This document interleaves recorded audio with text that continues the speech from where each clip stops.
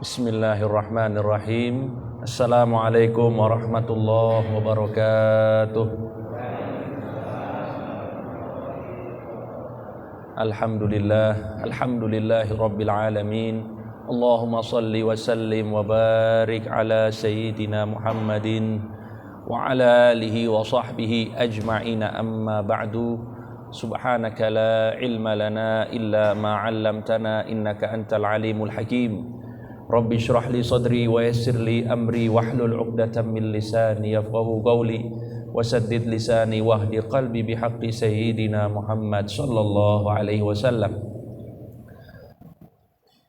Hadratul muhtaramin, para sepuh bini sepuh yang saya muliakan, para alim, para ulama yang hadir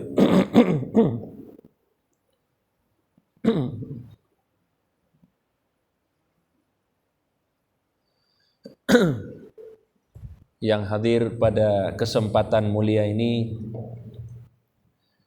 Insya Allah kita yang ada pada kesempatan ini di masjid yang kita cintai ini selalu mendapatkan perlindungan dan pertolongan dari Allah Subhanahu wa taala.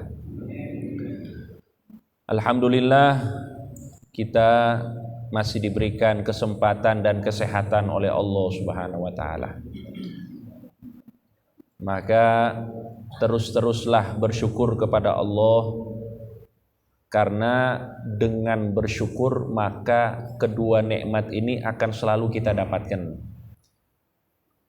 Sebab hadirin, ternyata banyak dari kita umat manusia itu seringkali lupa dengan nikmat kesehatan dan nikmat kesempatan.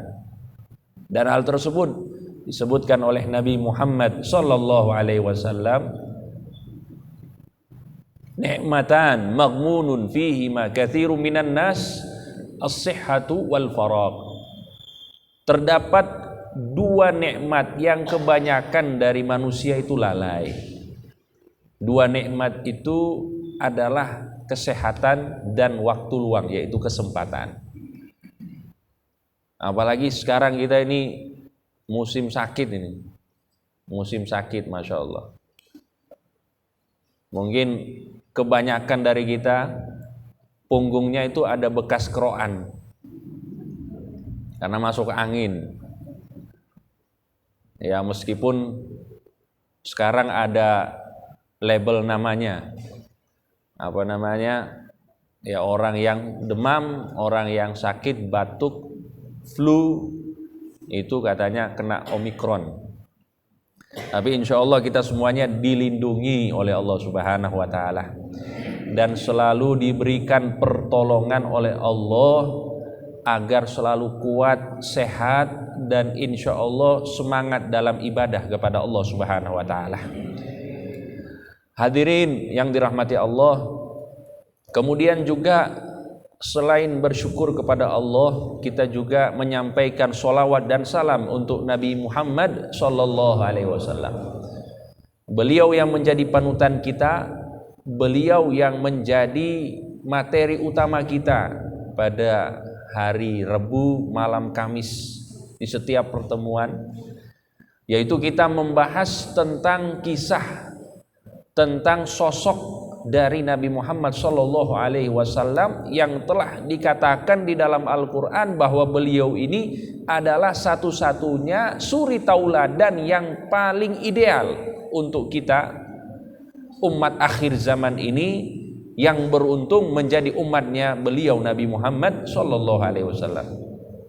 Kita bisa bayangkan hadirin yang dirahmati Allah, kita adalah umat yang paling terakhir diciptakan oleh Allah. Tapi proses untuk akhirat kita didahulukan oleh Allah. Ini kalau kita pakai analogi yang sederhana, ini sangat luar biasa. keistimewaan yang sangat agung yang Allah berikan kepada umat Nabi Muhammad sallallahu alaihi wasallam. Terakhir muncul di muka bumi, tapi pertama kali urusannya nanti di akhirat. Nabinya adalah nabi yang paling pertama akan masuk ke dalam surganya Allah Subhanahu wa taala. Insyaallah kita ngikut Nabi Muhammad sallallahu alaihi wasallam. Kita ngikut beliau di dunia kita ikut beliau, insyaallah di akhirat juga kita ikut beliau. Orang yang mau ikut Nabi Muhammad di akhirat masuk ke dalam surga, itu harus ikut Nabi Muhammad sallallahu alaihi wasallam juga di dunia. Untuk itu Nabi pernah menyampaikan kepada para sahabat, kullu ummati yadkhulunal jannah, semua umatku akan masuk ke dalam surga. Nanti di luar hadis pembahasan umat ini nanti ada dua oleh para ulama. Ada yang dikenal dengan ummatud da'wah, ada yang dikenal dengan ummatul ijabah. Ummatud da'wah adalah orang-orang yang hidup pada masa Nabi Muhammad SAW, tapi mereka belum menerima agama yang dibawa oleh Nabi.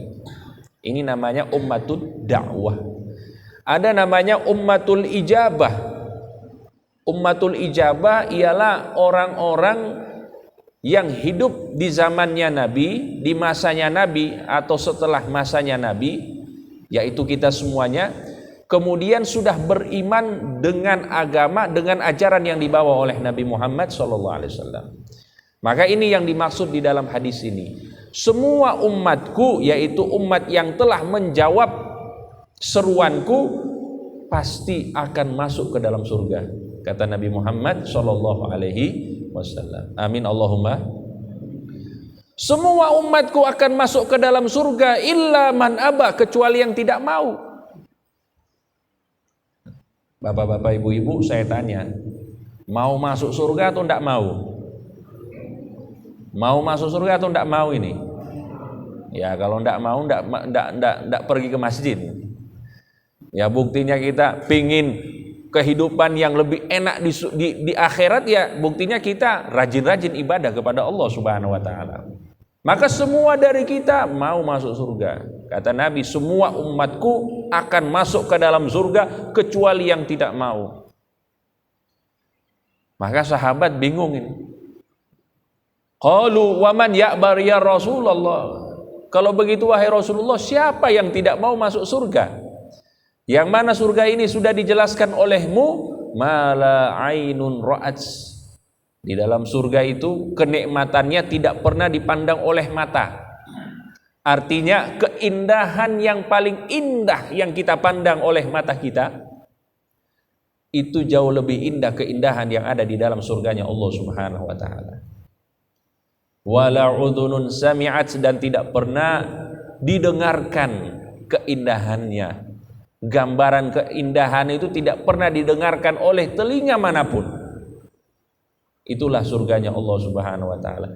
Yang lebih dahsyat lagi apa? Wala khatara ala qalbi bashar. Surganya Allah itu tidak pernah terbesit di benak siapapun. Ya biasanya kita kalau menghayal, biasanya yang kita hayalkan itu pasti sesuatu yang lebih bagus dari apa yang ada di kenyataan. Kata Nabi, surga itu lebih bagus, lebih indah, lebih nikmat dari apa yang terbesit di benak siapapun dia. Itu surganya Allah Subhanahu wa taala. Maka itu sahabat bingung, ya Rasulullah, surga yang indah, yang bagus, yang senikmat itu, apakah ada orang yang tidak mau masuk ke dalam surga? Maka dijawab oleh Nabi Muhammad sallallahu alaihi wasallam, man ata'ani dakhalal jannah. Siapa orang yang taat kepadaku, yang mengikuti ajaranku, insyaallah dia akan masuk ke dalam surganya Allah Subhanahu wa taala. Mudah-mudahan kita termasuk di dalamnya, yang taat, yang manut yang setia dengan Nabi Muhammad sallallahu alaihi wasallam. Wa man asani faqad aba. Dan orang yang tidak mau taat, orang yang membangkang dengan ajaranku, maka dia tidak mau masuk ke dalam surganya Allah Subhanahu wa taala.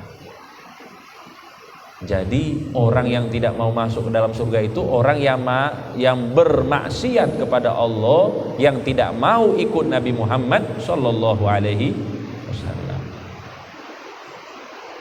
Nah, jadi kita ini insya Allah ingin sekali masuk bersama Nabi Muhammad SAW di dalam surga. Mau sekali, Masya Allah. Kita bisa bayangkan surga itu tidak bisa dibuka oleh malaikat Ridwan kecuali yang paling pertama masuk adalah Nabi Muhammad SAW. Jadi kalau ada yang mendahului Nabi tidak boleh. Jangan masuk down enter, wah, except Nabi Muhammad sallallahu alaihi wasallam. Tidak boleh masuk kecuali Nabi Muhammad sallallahu alaihi wasallam.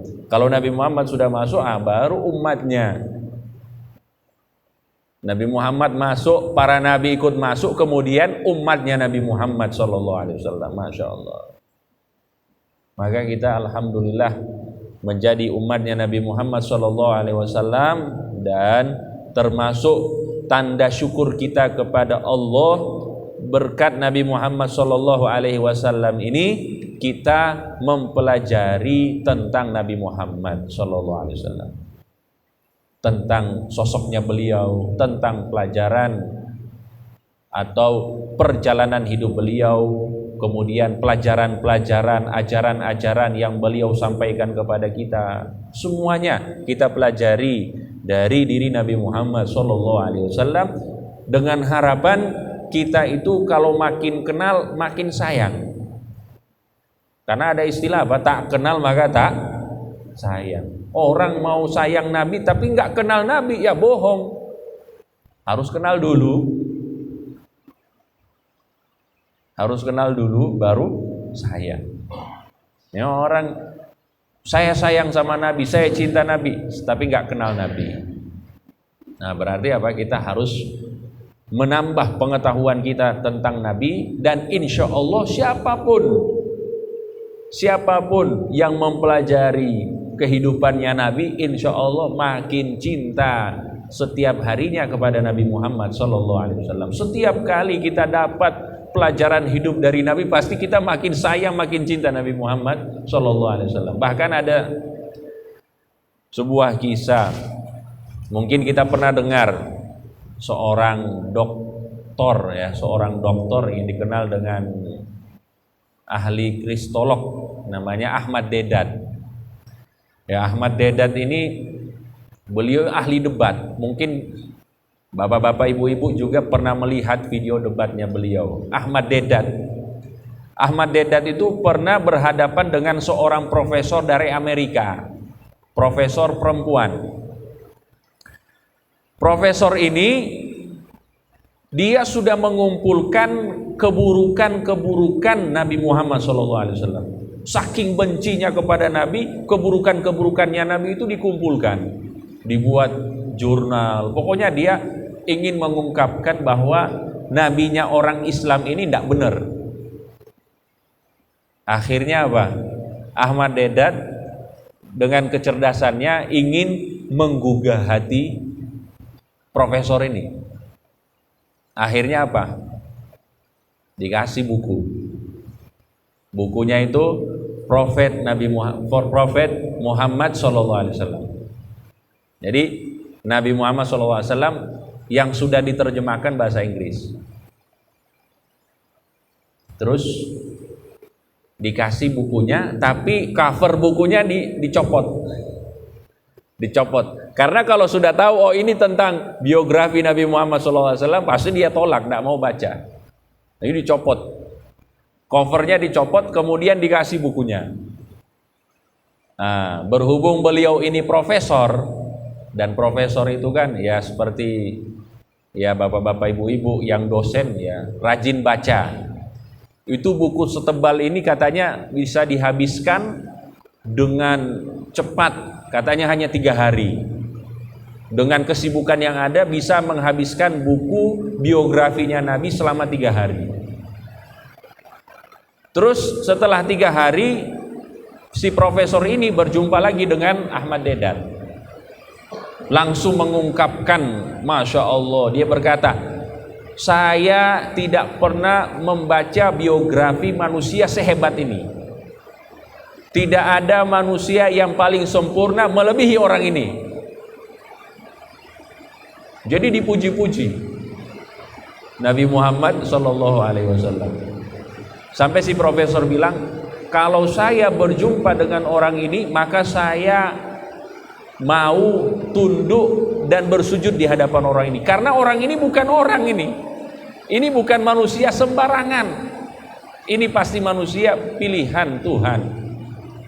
Maka Ahmad Dedan langsung jawab, orang yang kamu baca ini adalah orang yang paling kamu benci di dunia ini, yaitu Nabi Muhammad Sallallahu Alaihi Wasallam. Setelah dengar itu langsung tuntun saya untuk mengucapkan 2 kalimat syahadat, asyhadu alla ilaha illallah wa asyhadu anna muhammadar rasulullah. Ya, kita bisa bayangkan orang yang paling benci Nabi Muhammad ketika mengenal Nabi Muhammad langsung berubah cinta kepada Nabi Muhammad. Bagaimana dengan orang yang sudah beriman dengan Nabi, sudah kenal Nabi, diperdalam ilmunya tentang Nabi Muhammad, maka insya Allah kita semuanya makin cinta dan cinta kepada Nabi Muhammad Sallallahu Alaihi Wasallam. Hadirin yang dirahmati Allah, di kesempatan ini insya Allah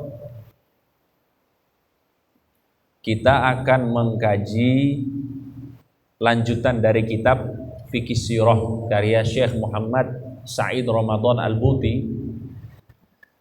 Ini kita belum masuk ke pembahasan Nabi Muhammad SAW, tapi kita akan menyinggung hal-hal yang berkaitan sebelum diutusnya Nabi Muhammad SAW. Dalam hal ini beliau mengangkat sebuah tema yang beliau katakan, sirru ikhtiyaril jaziratil arabiyyah mahdan linash'atil Islam. Rahasia terpilihnya semenanjung Arab sebagai tempat awal perkembangan Islam. Kita tahu dunia ini luas. Benua-benua itu banyak, negara-negara itu banyak, peradaban-peradaban itu banyak. Kenapa yang dipilih peradaban Arab? Kenapa dari semua suku, semua ras yang ada, yang dipilih adalah semenanjung Arab? Nah, di sini beliau ingin menjelaskan kepada kita.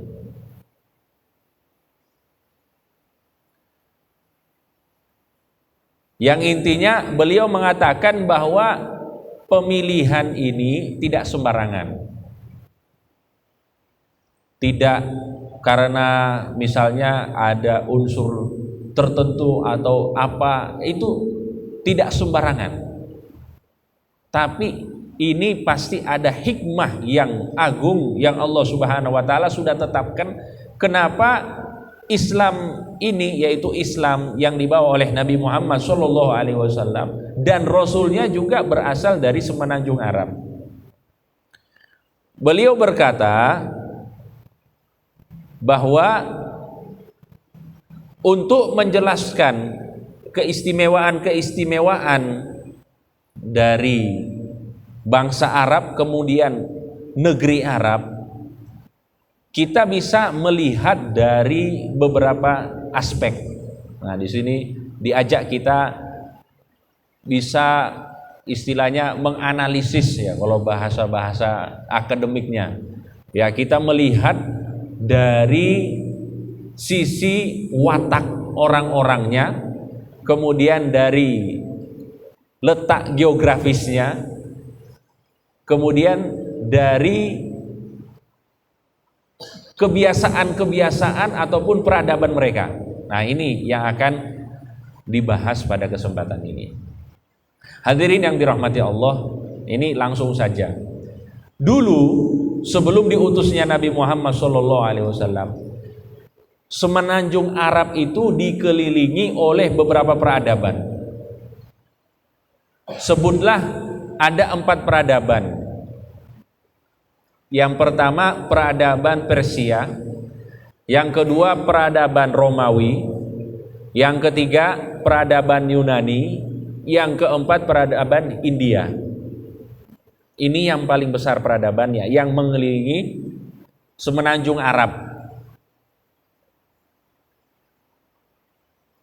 Dan dari 4 peradaban ini yang paling besar itu adalah peradaban Persia dan peradaban Romawi. Kalau Persia sekarang ya berarti Irak, Iran, nah itu Persia. Kalau Romawi ya daerah Eropa. Ya, sebagian dari mereka itu ada di daerah Syam seperti Lebanon, Suria, nah itu dulu Romawi. Begitu juga daerah utara Afrika atau Afrika Utara, Mesir, Maroko, nah itu dulu dikuasai oleh Romawi. Dan sebagian negara Afrika seperti Habasyia, kalau sekarang Ethiopia, itu 2 imperior ini, 2 peradaban ini menguasai, ya, sangat menguasai peradaban pada saat itu. Dan yang paling banyak perang ya dua peradaban ini ya, Persia Romawi itu selalu berperang. Adapun semenanjung Arab itu terletak di tengah-tengah dari beberapa peradaban ini. Di sini beliau menjelaskan kepada kita bahwa pertama, ya kita bahas satu-satu. Peradaban Persia. Nah, peradaban Persia ini kata beliau banyak sekali perselisihan keagamaan. Ya, sebelum ada Islam itu banyak perselisihan keagamaan. Dan agama yang dianut di sana itu ada beberapa, di antaranya agama Majusi, penyembah api. Di antaranya Zoroaster kalau bahasa Indonesianya. Ya, Zoroaster ini agama yang dibawa oleh Nabi yang diutus di Iran tapi sudah diselewengkan. Terus juga ada agama Mazdikiyah. Mazdikiyah ini juga pecahan dari Zoroaster. Apa inti ajaran mereka ini? Inti ajaran mereka ini yang ya kita bahas yang paling menyeleweng, ya, ajaran yang paling menyeleweng yang ada di Persia dulu. Dikatakan bahwa mereka kalau mau menikah, ya, laki-laki yang ingin menikah itu lebih mendahulukan menikahi ibunya atau menikahi anaknya. Jadi daripada nyari perempuan lain, lebih baik anak saya nikahi atau ibu saya nikahi. Nah, ini menggambarkan apa? Kebobrokan dari ya moral. Masa ibu sendiri dinikahi, anak sendiri dinikahi. Kemudian juga termasuk ya hal-hal yang menyeleweng dari peradaban Persia, yaitu mereka menjadikan wanita itu seperti barang. Bukan cuma dijadikan seperti barang, tapi bisa dipakai bersama-sama. Jadi misalnya ya ibaratnya begini, kashtirokihim fil ma'i wan nari wal kala. Jadi seperti mereka itu misalnya air yang ada di sumur itu kan dipakai untuk ya satu masyarakat. Api juga dipakai untuk satu masyarakat. Rerumputan itu juga dipakai untuk satu masyarakat. Wanita juga pada saat itu dipakai untuk masyarakat. Yang kita bisa bayangkan kebobrokan yang sangat luar biasa. Itu di peradaban Persia. Kemudian kita pindah ke peradaban Romawi. Jadi peradaban Persia sama Romawi ini peradaban maju ya, dari segi ya kemajuan ya teknologi ya pada zaman itu paling maju mereka. Tapi dalam segi moral jauh sekali, sangat jauh sekali. Nah, peradaban Romawi itu mereka cenderung kepada jiwa penjajah, dan itu berlanjut ya berlanjut sampai ke dari masa ke masa. Itu peradaban Romawi, sehingga kita mengenal apa, setiap pergerakan mereka itu mereka memperjuangkan 3G ya, glory ya, kemenangan, maksudnya mereka bisa menjajah, gold ya, mendapatkan kekayaan, dan gospel itu bisa menyebarkan agama. Nah, agama mereka ini adalah agama Masehi, agama Nasrani yang mereka anut. Nah, ini jiwanya orang Romawi.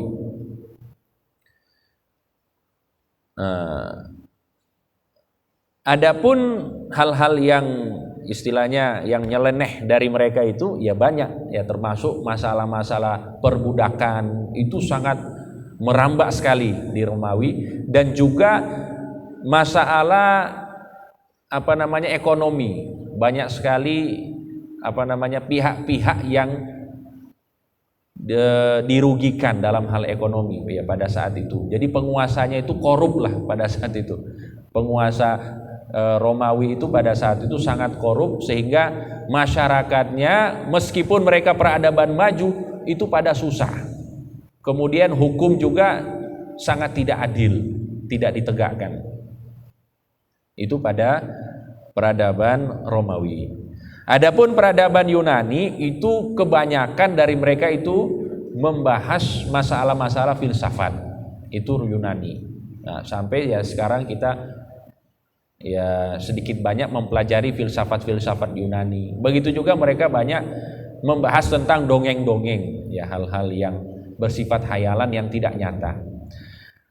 Adapun Hindu, bukan Hindu ya di sini, maksudnya India. Jadi kalau bahasa Arab India itu Al-Hindu. Al-Hindu artinya apa? India. Ya India ya kurang lebih ya mereka juga kalau dalam masalah moral itu pada saat itu ya, khususnya pada abad 5 Masehi terjadi ya kejatuhan moral ya. Ya kurang lebih sama. Nah, ini pembahasan tentang peradaban-peradaban yang ada pada saat itu. Nah, sekarang beliau ingin menjelaskan kepada kita bagaimana dengan semenanjung Arab pada saat itu. Apakah sama dengan peradaban-peradaban yang lain dalam hal moral atau berbeda?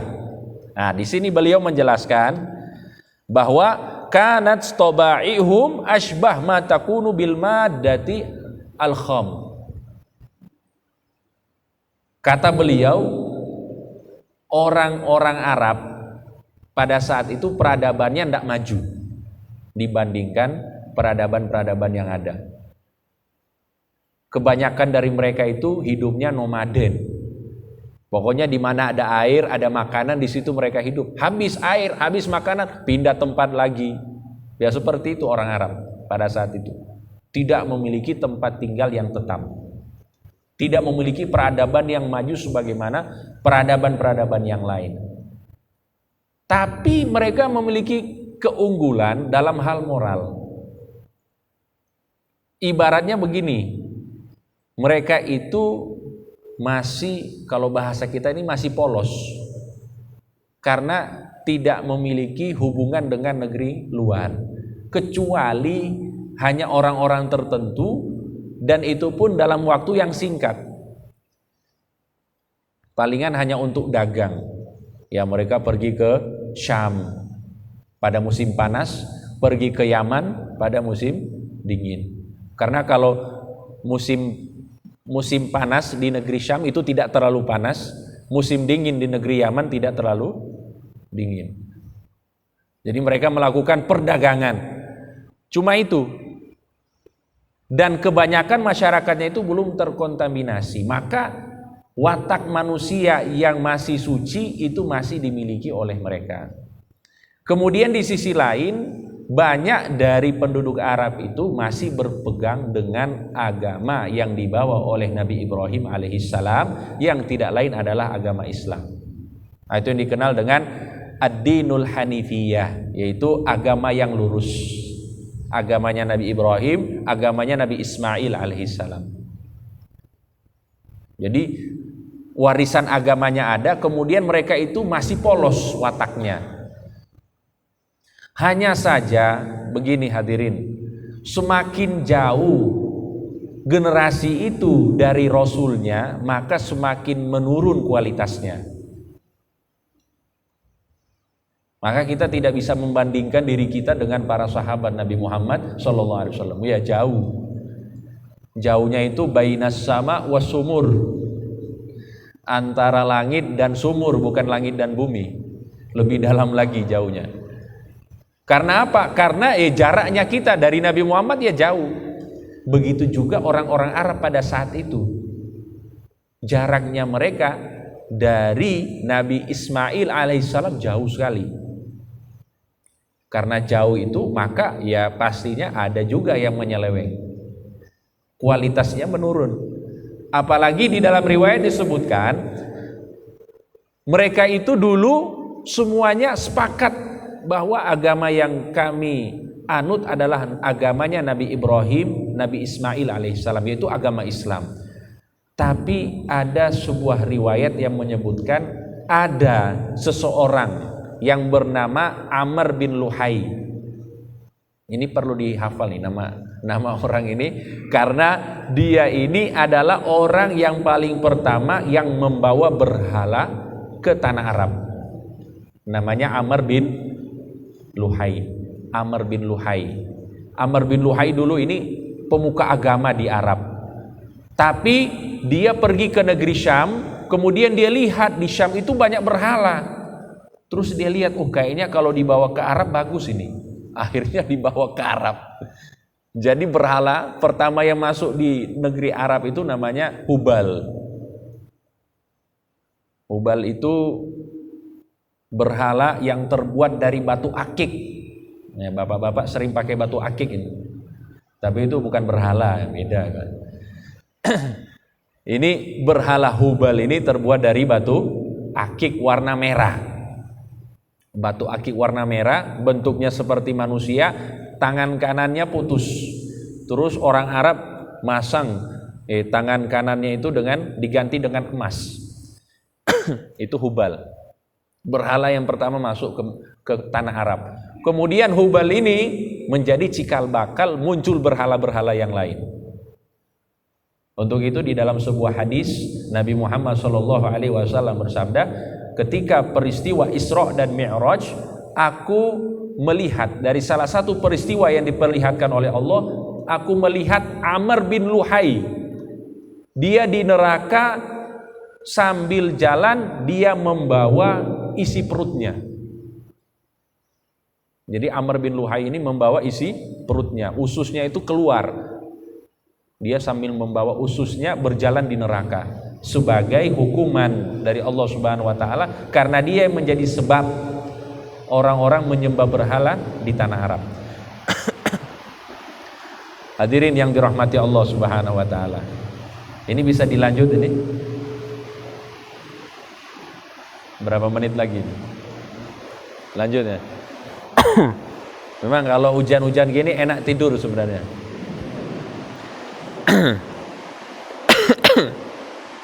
Jadi dari Amr bin Luhai ini berhala masuk. Sampai diutusnya Nabi Muhammad SAW tercatat ada 365 berhala yang disembah di kota Makkah. Jadi dari segi keagamaan ya seperti ini orang Arab. Jadi mereka itu punya agama warisan, yaitu agama dari Nabi Ibrahim, Nabi Ismail alaihissalam, tapi terkontaminasi dengan penyembahan berhala. Tapi meskipun demikian, mereka tetap lebih mengagungkan Ka'bah ketimbang berhala-berhala tersebut. Mereka tetap menyembah Allah, tapi mereka juga menyembah berhala. Maka muncul istilah musyrik. Musyrik itu menyembah Allah dan menyembah selain Allah.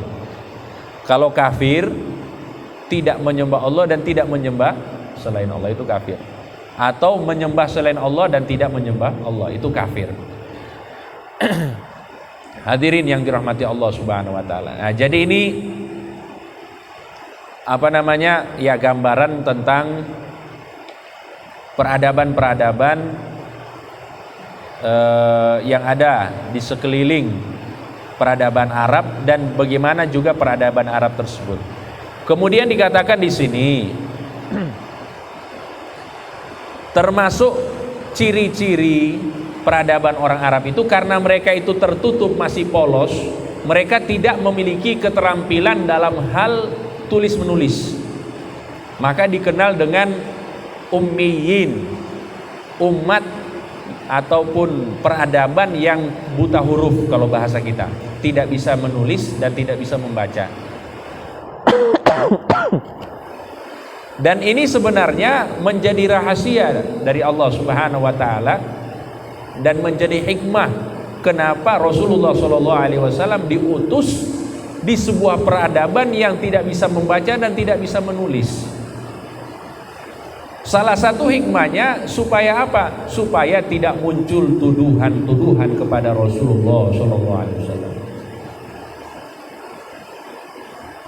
Kalau misalnya Rasulullah diutus di Persia, wah Persia itu hebat, mereka terampil dalam hal membaca menulis, pengetahuannya maju, maka akan dituduh Rasulullah, oh ini agama yang dikarang oleh Rasulullah SAW.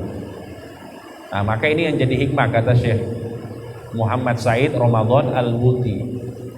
Jadi supaya tidak ada tuduhan-tuduhan bahwa agama Islam ini adalah agama yang dikarang sendiri oleh Rasulullah SAW. Ya Rasulullah, beliau lahir dan bertumbuh kembang di peradaban yang tidak bisa membaca dan tidak bisa menulis. Nah, maka jelas kalau agama ini benar-benar datang dari Allah Subhanahu wa taala. Ini hikmah yang pertama. Kemudian hikmah yang kedua disebutkan di sini.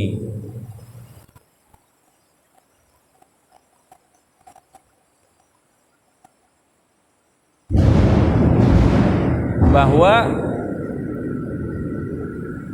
secara letak geografis Jazirah Arab ini adalah tempat yang sangat strategis. Karena apa? Karena tadi yang sudah saya jelaskan, semenanjung Arab ini tempatnya di tengah-tengah.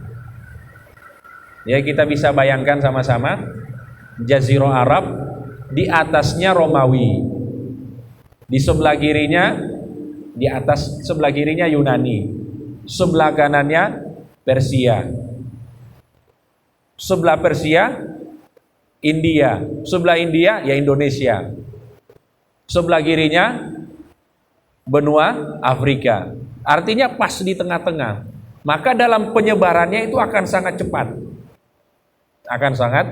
Dan itu yang terjadi di masa Nabi Muhammad SAW, begitu juga di masa Khulafa Rasyidin, apalagi di masanya Sayyidina Umar bin Khattab, penyebaran yang sangat pesat sekali di di bagian Romawi, di bagian Persia, di bagian Afrika, semuanya terjamah dengan cepat. Karena apa?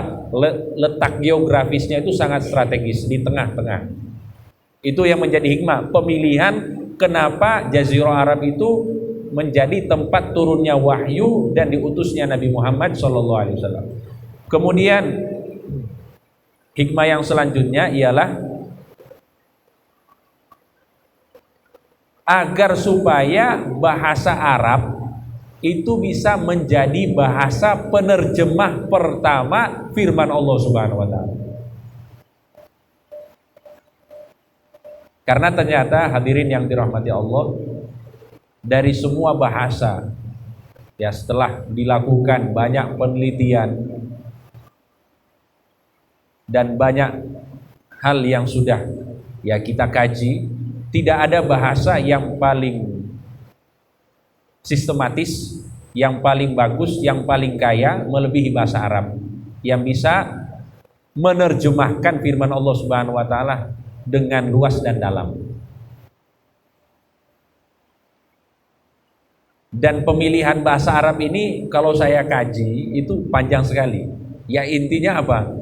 Bahasa Arab ini benar-benar bahasa yang dipilih oleh Allah Subhanahu wa taala agar menjadikan Al-Qur'an yang kita baca ini adalah bahasa yang paling bagus, yang paling pas, yang paling sempurna, yang bisa menerangkan dan menerjemahkan firman Allah Subhanahu wa taala.